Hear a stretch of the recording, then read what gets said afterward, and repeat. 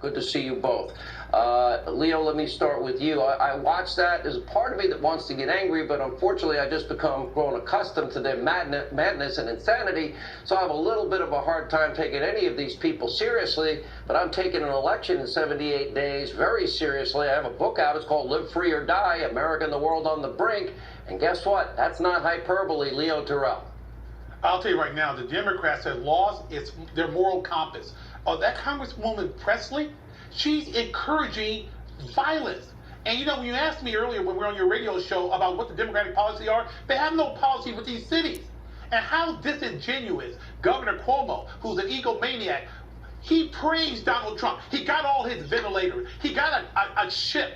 He got everything he wanted. And that crime that goes on in New York is crime generated by the worst mayor who looked the other way when Black Lives Matter hurt and attacked police officers. So New York should be ashamed of itself. The Democratic leadership is a reflection of why the Democrats have no moral compass. And what has to happen, especially when you saw that photograph of that young man being battered, if you want law and order in this country, you've got to vote for Trump, because the Democrats have abandoned law and order in this great country. We have to vote for Trump to restore law and order. How come you wore the Trump hat when I had the night off? What was up with that? No, now you got a white one. You had a red one. You got two. By the way, autographed by the president. Look at this. Oh, he's got both of them. Oh man,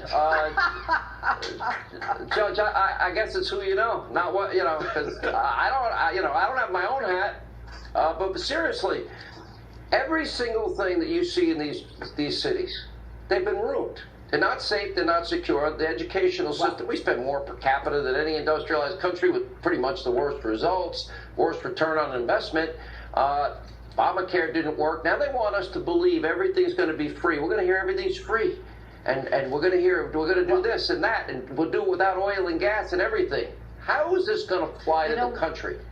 Sean, look. You cannot have economic prosperity unless there is peace and calm in a city or in a community. And right now, the disruption that is going on in this country that is not being commented on by Joe Biden or Kamala Harris or anyone on the left, that is being blamed on Donald Trump, is something that is part of a game plan. There will never be peace in this country. They're all saying, Ayanna Pressley, keep protesting, keep causing unrest until it's over. This is the Democrat socialist agenda. Create chaos. Get rid of law and order. And it's not just, and Cuomo, I mean, talk about nerve. This guy's the guy who signed the bill that there be no bail, the so-called euphemistic bail reform, where they go out, these herbs, as soon as the paperwork's done by the cops. And you've got prosecutors like Cy Vance, and you've got them all over the country now. That video that I'm looking at right now, that is a gang assault. That is riot. That's attempted murder. When you get a running start to a roundhouse kick, that's attempted murder. And this poor man is on his knees saying, please, I don't want to hurt anybody, and they won't let him get away with it. As far as I'm concerned, the American people need to understand this is the most important election in your life. If you want any kind of economic prosperity, if you want any kind of peace for your family, you've got to make sure you don't let the Democrats in office, and not just the president, the Senate, the House, and everything else, because these are socialist-funded candidates. They want anarchy.